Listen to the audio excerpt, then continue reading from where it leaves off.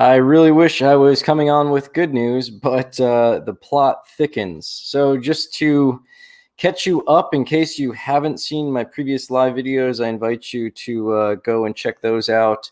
But short version is approximately 2 weeks ago, Facebook shut down my account. The only violation I could imagine is because my last name on my Facebook account was The Student, which is my online handle, Casey the Student. So my name on Facebook was Casey the Student.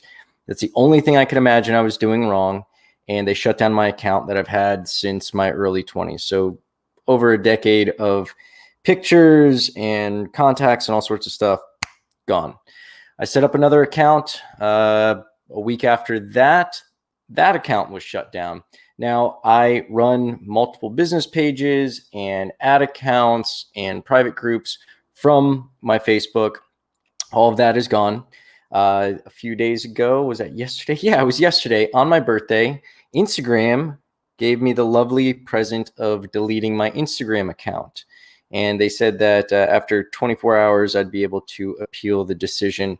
Well, after 24 hours, they actually went and deleted my account. So now when I try to appeal it, it tells you to go to the help center. You go to the help center and it says, go to log into your account and follow the prompts that you get. When I go to log into my account, it says that that user doesn't exist. There's also no way to contact Facebook or Instagram. In my last video, I was cautiously optimistic because I figured out through somebody else who had a similar experience, they were able to recover their Facebook account by going through Oculus, which is a virtual reality gaming system that Facebook purchased years ago. And they went through Oculus's customer service because in order to have that gaming system, you have to have a Facebook account. She basically said, hey, I want to buy this Oculus Quest 2. And in order for me to use it, I need a Facebook account because disabled my account. Is there anything you can do? She said within 48 hours, her Facebook account was set back up. I didn't have that luck. I tried, I started that on Monday, didn't get anywhere with them. And I decided, let me get a little bit deeper and let me actually purchase an Oculus Quest 2, which is what I was describing in one of my videos yesterday. I gave them $300, purchased a Oculus Quest 2, put it on order right through their website, gave them the transaction or the order ID because one of the customer service people, one of the half dozen I was working with, the last one hinted, hey, if you give me the serial number or the order confirmation number for the Oculus Quest 2, we'll be able to escalate your case. All right, I see what you're saying. I spend money with you. You give me more attention. Cool. It was very promising. As soon as I gave them that order confirmation number, they were all of a sudden this Facebook account team existed and they were escalating my claim to them.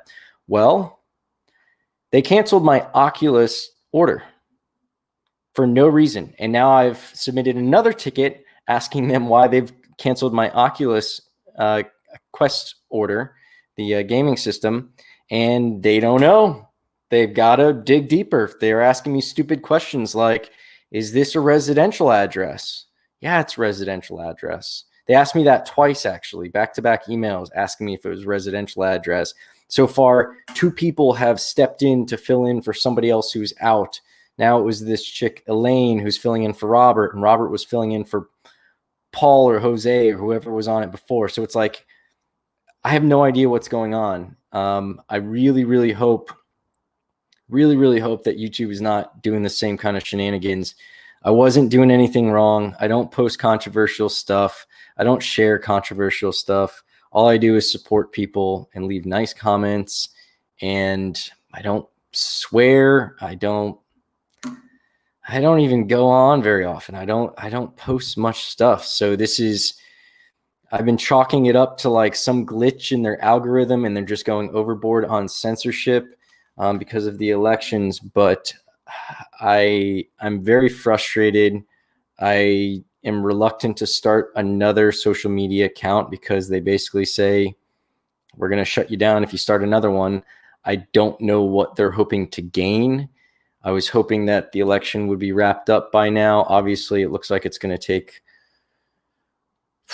days, weeks, months. So I'm holding off until that stuff resolves itself. But yeah, my personal Instagram, my personal Facebook have been shut down with no reason, with no appeals process. There's no one to contact, and I don't know what to do. I kind of feel like if I were to hire an attorney and figure out some kind of grounds to submit a subpoena to them, I feel like maybe they would just rather set my accounts back up instead of having to pay their legal team to answer a subpoena. But I don't even know if I have any grounds to send anything to them, because I'm sure their terms of service basically says that they can cancel any account for any reason at any time. I don't know if I have a discrimination case, because I haven't even been given a reason as to why it was shut down. I don't know. If anybody's got an idea or anybody knows an attorney who handles this kind of stuff, I mean, I don't know. Patrick in the comments, I got to say, despite all the frustration, you're really professional, cool-headed about all this. I feel for you, man, but at the same time, I admire how you're handling it. You know what? I've realized that, thank you for that, Patrick. I've realized in life, the sooner you accept reality, the more peace you're going to have in your life. So I could be fuming and, cursing at them and everything else, but at the end of the day, I realize that it is what it is. What's happened has happened, and all I can do is step by step get the word out, and maybe somebody on YouTube is going to come up with a solution. I've been noticing, you guys, if you see in the comments, there's a bunch of guys. I guess this is a big thing that's going on. I'm hearing from a lot of people who are having their accounts shut down. So now there's also this wave of scammers who are saying, hey, go to this website, they got my account back. Hey, go to this guy's Instagram, he got my account back. And they're just scammers from all over the place. And I've been receiving notification after notification saying these guys are commenting on my videos. Do not pay attention to any of them. If you are looking for a resolution, those guys are just scammers. They're going to take your money and they can't do anything, because at the end of the day, it comes down to Facebook and Instagram. There's no way to hack back into your account. That's some of the stories that some of them use. They're going to hack back into your account and restore it for you. It's done. It's disabled. And Facebook's not going to, you're not going to scoot by Facebook and Instagram and set something up behind their back because some hacker off of Instagram or some random website who, solicits through YouTube comments. Don't waste your money. Don't waste your time. I'm going to do my best to keep deleting those guys' comments and blocking their profiles, but they seem to be endless, and they are going to definitely, without doubt, be commenting on this in no time. But Patrick, I appreciate that. Yeah, man, I try to constantly feed my brain with philosophy. And one thing I've learned is when we have the level-headedness to accept the situation, it's really in our best interest. And this extends to all aspects of life. Eckhart Tolle says, or Eckhart Tolle, I've been pronouncing his name, even though he's one of the most influential people in my entire life, I've been pronouncing his name wrong for over a decade. Eckhart Tolle says that there are no problems. There are only situations we need to learn to change or accept. If we can't change them, we must accept them. I will do my best to try to change the situation with Facebook and Instagram, but until I find a route to do so, I'm going to accept it and see if I can get in any progress inch by inch or whatever else. I wanted to let you guys know, I promised you I would keep you updated. I was hoping that I would have a triumphant video, and I'm still holding out and hoping that I will have a triumphant video. Again, I'm praying to the YouTube gods that they don't find any of my stuff offensive. Maybe I should change my YouTube name from Meal Prep Biz 101 to Casey Cochran and be fully transparent. I'll put my social security number out there for them, just so YouTube doesn't think I'm trying to, act like I'm somebody else by changing my last name to the student. But being facetious there, obviously. Don't hold your breath for me putting my social out there. Although with all these hacks that are going on, I really feel like social security numbers are going to go be almost obsolete in the next decade, because it's only a matter of time till everyone's hacked and everyone's social and their credit score is worth nothing. But we'll cross that bridge when we get to it. It'll be some kind of Black Mirror reality where we all just are based off of our social clout, in which case I'm starting from scratch because my accounts have been shut down. But if you enjoy my stuff on YouTube and all of a sudden my YouTube's gone, I am going to find other, I obviously have mealprepbiz101.com. I'm going to be posting my videos up on there. And I also have stuff that's been automatically posted to library.tv. That's LBRY.tv. It's a decentralized cryptocurrency based anti-censorship kind of platform. Very new. Not a lot of people are on it, but with the way that the juggernauts in the industry are going and treating their users, like I said, I'm far from alone. And the other people, I've mentioned this in other videos, I'm hearing from all over the world that people are having their accounts shut down for no reason. And it's scary. I'm trying to assume that, like I said, it's some kind of mistake. I don't think they have the bandwidth and the personnel to have individual people going out there and shutting it down. Some people were saying, like, maybe you've got some haters that are trying to shut you down. I don't think I have any haters. I don't think anybody has a problem with anything that I do. Nothing's controversial unless someone just doesn't like me posting positive videos and informative videos on how to start a meal prep company, which don't think there's too many people like that. And I also don't think you have the clout. I don't think that if I were to put up a complaint about somebody else's social media account, I don't think it'd be disabled like that. So I don't think that's it. I think it's just, I think Zuckerberg is in probably a difficult position. While I'm not a big fan of his, I don't envy his position. He's now in charge of this monster, and it's too late to take it back. And right now, with all the disinformation that's going on about all the craziness that's going on in 2020, I don't know what the correct way to resolve this stuff and protect freedom of speech, but also restrict the liberties of freedom of speech from being harmful in the amount of disinformation that's out there. I've probably said this in other videos. I've definitely had this conversation with friends. In the past, information was such a difficult thing to come by. Like, even if you look at academics, like academia, the way I grew up and a lot of us grew up in school, there was memorization was a huge strength because information was so hard to come by. You can go back even further. If there was a book on math and it wasn't in your town, you don't know math. That was just it. If there wasn't someone to teach you in your town, there was no internet. Let's go back hundreds and hundreds of years.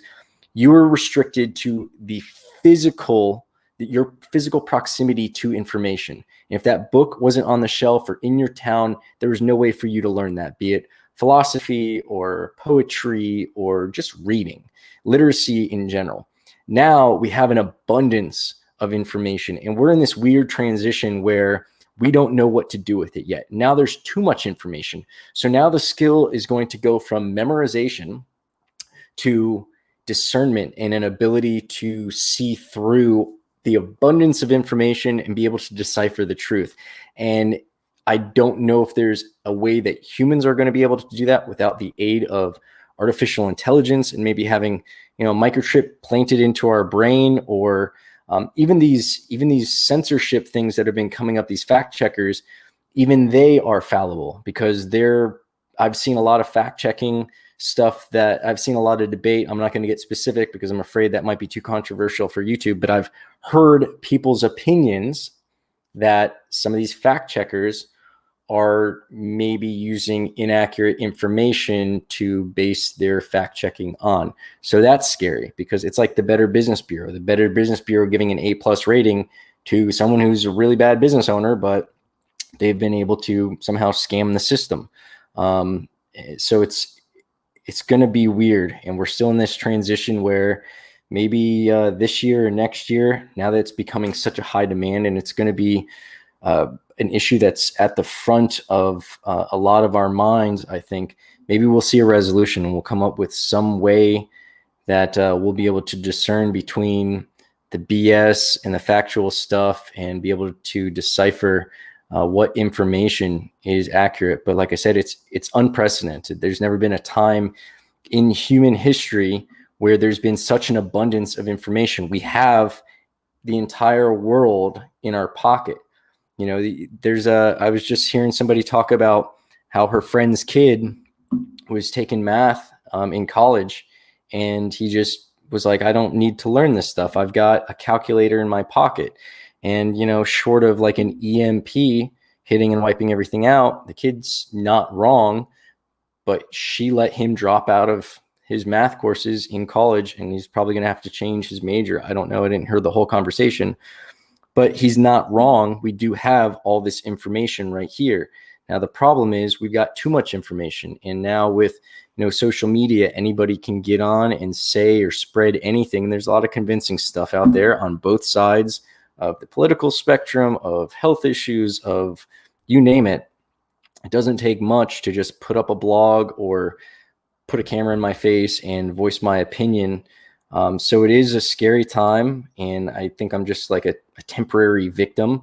Don't cry too much for me. I'm still alive and well, and I've got way more.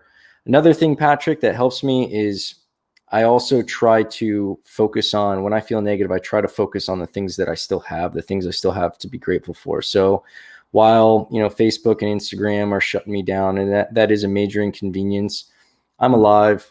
Still got my YouTube. Even if that went down, I'll find some way to adapt and overcome. And right now I'm looking at it as like I'm some kind of victim of these temporary overcorrection efforts that I'm sure a lot of people have our best interests in mind. Like I said, I don't think there was someone personally going through and saying, delete Casey. He's bad and he's putting out harmful information. I think it was an algorithm, and it tracked my IP address, and it went from obviously Facebook and Instagram. Facebook owns Instagram. So I think they shut down my second account because they saw I started it from the same IP right here in my apartment that I access everything else. Now, as I mentioned in my previous videos, I've got a VPN. So right now, yesterday I was coming out of Albania, and I figured that might trigger some stuff. So now I think I'm coming out of Ontario or Toronto, Canada, on my cell phone and on my MacBook. It's weird that I have to have a VPN now, and I'm still very reluctant to go on social media because I'm sure they have intelligent enough software to be like, okay, here's some banned people, here are their connections. Once we start seeing a new account come up, let's see what connections they start making. And once I start requesting the same friendships, there's only so many people who know the business contacts I know and my personal contacts that I know. So it wouldn't be hard for them to put that together, especially considering I'm too terrified to use a fake name or a pseudonym. So it would be under my real name. So it wouldn't be too hard to find me and shut me down again. The other thing that sucks, which I've mentioned, is they force you to not only have an email associated with your accounts, but also a cell phone. So now I've got my real phone number, which is burned. I use my Google number, my Google Voice number for that second account. Now that's burned. So now those two numbers can never be associated with any Facebook account ever again, apparently. I've got to come up with like a third phone number. And I just, like I said, I'm going to wait until I'll wait till 2020 is over. I've got an idea for another YouTube channel that I've been wanting to do, and it's going to be more on philosophy and a lot of stuff that I could talk about. And I've done some philosophical posts on here, and I'm sure it's appreciated. I think that it's something that's important as an entrepreneur and just as an individual. I think philosophy is hugely important, and that's where Casey the student came from. I want to constantly have the mindset of a student, constantly looking for information. I am teaching stuff, but I am not a teacher. I'm not a master of anything. I'm just, the way I describe it is, you know, a lot of people like try to poise themselves as a guru. They try to position themselves as a guru. I'm not a guru, man. You're just, you know, on some subjects, you're a freshman and I'm a sophomore. I don't know as much as the teacher. I'm not claiming that I'm a master at anything, but if I'm just a little bit ahead of you, I would love to share it with you, especially something that I found that helps me, whether it's business stuff, meal prep stuff, specifically philosophy, whatever. So anyways, I'm thinking of starting another YouTube channel. and I don't know how to do it the safe way without YouTube getting upset or shutting down both. But that one's going to be more on philosophy and just life principles and other stuff that I learn. And it'll be interesting to some people, boring to other people, and that's cool. But keep an eye out for that. Not sure what I'm going to name it yet. I've got a couple of names popping around my head, but I think this is a time for me. My fiance is Indian, and they've got their own astrology, Vedic astrology, kind of like the zodiac that everyone's familiar with. Very similar, just different timing. A lot of the same attributes, but again, just different timing. And this time for me, my birthday was yesterday. I'm going through a lot of other transitions behind the scenes. I just moved my parents out of their house in Boca, and they're moving to another county in another section of Florida. So there's a lot of transitions going, and there was something in the astrology energy of this time being a transitional time for me. And there was something specifically about letting go of old things. And then what I've found is, like, when there's been stuff that she's said to me where she's like, okay, you're in a time where you're supposed to be letting some stuff go. If there's something that I don't let go, it's ripped out of my hands. And I didn't see social media, especially my Facebook and my Instagram, as anything that was negative. But there's some stuff that we can't see from our perspective. And while it might not have been a negative thing, and it was definitely very helpful for me connecting and staying in contact with my business connections and my people, the people who I consult with for meal prep and helping them out, there might be something that this is going to force me to do, a next chapter that this is going to force me to write, that will be something that, had I not had this stuff ripped out of my hands, it wouldn't have been brought about. And it might be the best thing. It might be the start of something new. So maybe losing these, the Instagram and my Facebook, maybe I'll get them back, but maybe even if I do get them back, maybe it being ripped out of my hands, even temporarily, is going to force me to do something and create something that will be even better for others, for myself. And, just got to be excited. What I found is, and this is another philosophical thing, the feeling of anxiety feels very much like the feeling of excitement. It's just one is a positive thing and one is a negative thing. But that feeling that you have, the tension in your chest, the kind of butterflies and everything, like, I've noticed this in breathwork meditation. When I hold out, like, there's that anxiety where I hold my breath out, where that panic starts setting in. I feel it in my abdomen and in my chest and in my arms. And when I take that breath in, when I can no longer hold anymore, and I just have that screaming voice in my head that's like, inhale, inhale, or you're going to die. It's going panic and the alarms are going off. As soon as I inhale, there's these moments sometimes when that happens, and I just laugh, because I have that realization of, dude, you're in control of this the whole time, and you let yourself go into this panic. And then I realize how close anxiety and excitement really are. So bad and good, there's no, it's the same stick. You can't pick up one end of the stick without the other. So bad and good, they're just two sides of the coin, of the same coin. And you got to take the bad with the good. The bad makes the good even sweeter. You can't experience as much sweet without some of the bitter sometimes. So going through a little bit of bitter, going to have to make some sweet, make the most of it. Patrick says, these videos of social media hiccups are really helpful to think about as well. It's got me thinking about alternatives. What other platforms have you explored outside of social media? I mentioned Library. There's another one. So Library and Steemit are both they both have a cryptocurrency coin. That's actually how I first found out about them. And they've got a cryptocurrency coin that I was trading back. One's called Steem, I think. And then that's the Steemit one, obviously. And then Library, LBRY.TV.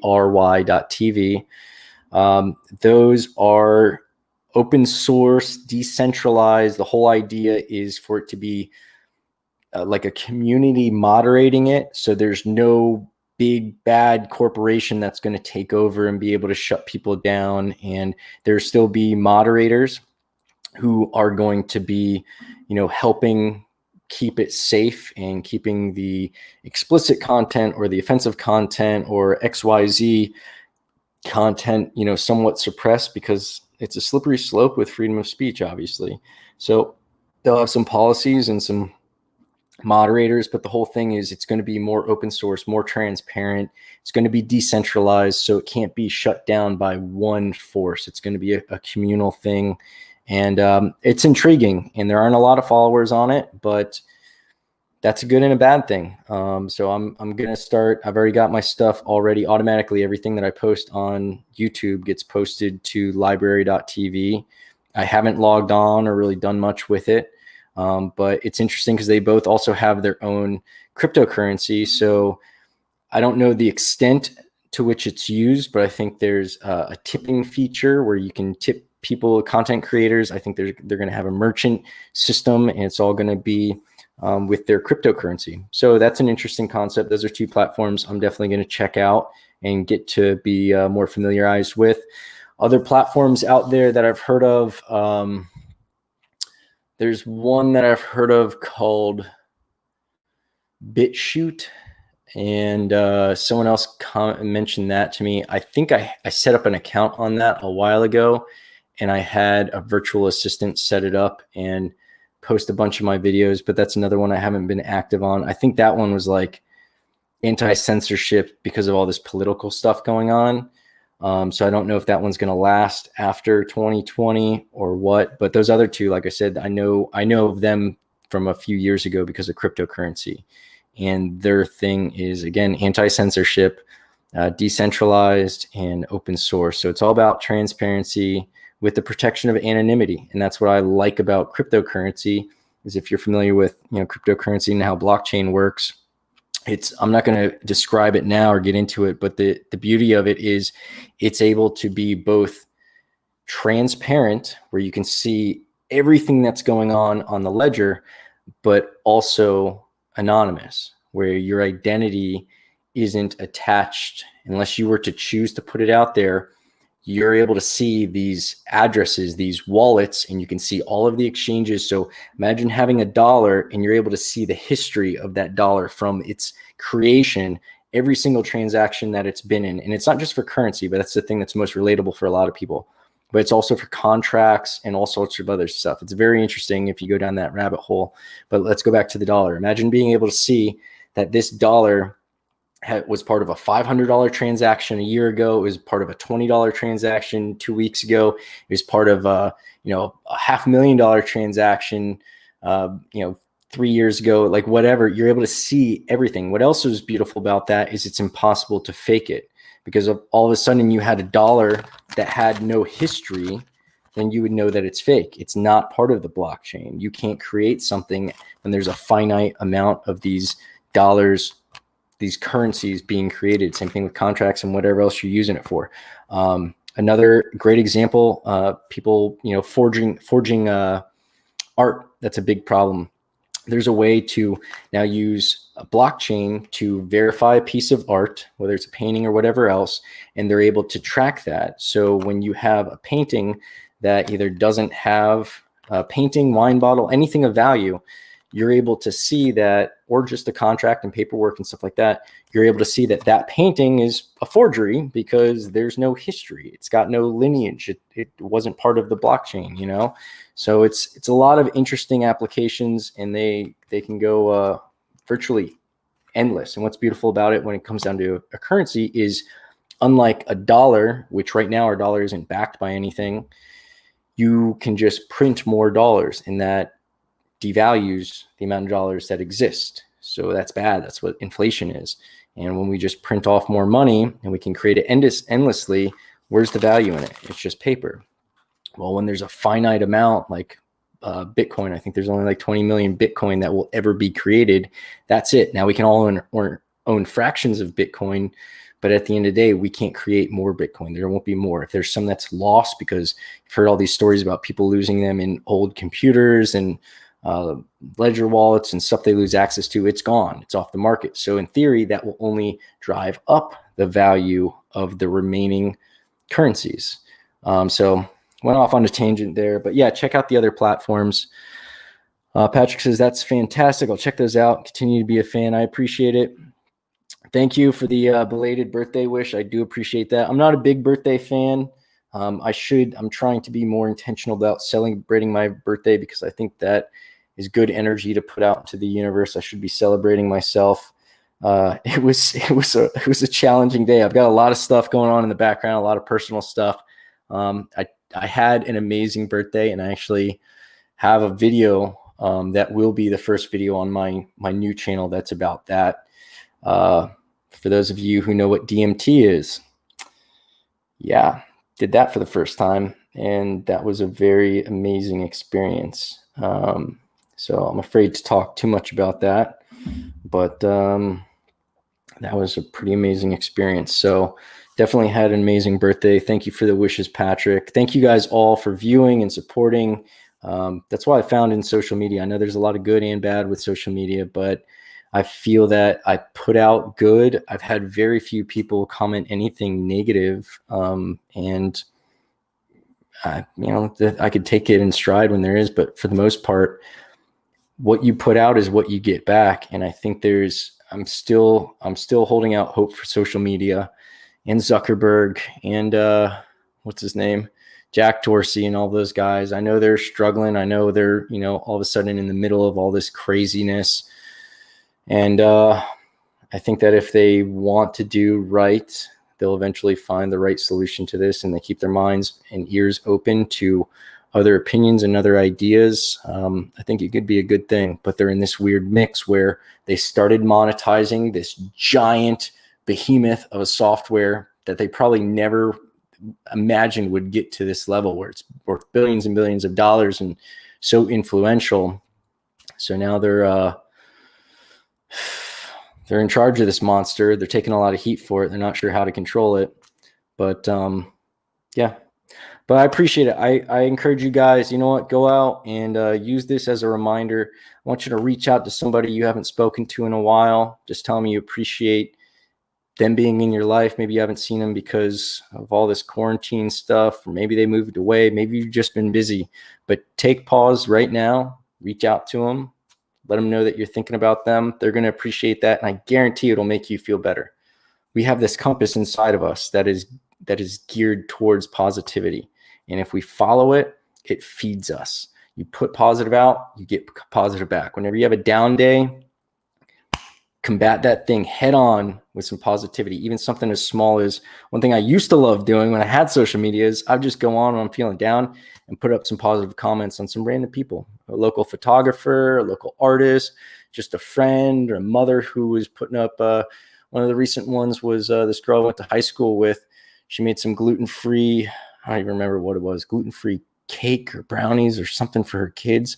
I just like, rock on, mom of the year. I know that made her feel good to get that acknowledgement. So go out, produce good. I guarantee good will come back. Don't wait for it to come back. Just know that it's coming. But I love you guys. The universe loves you.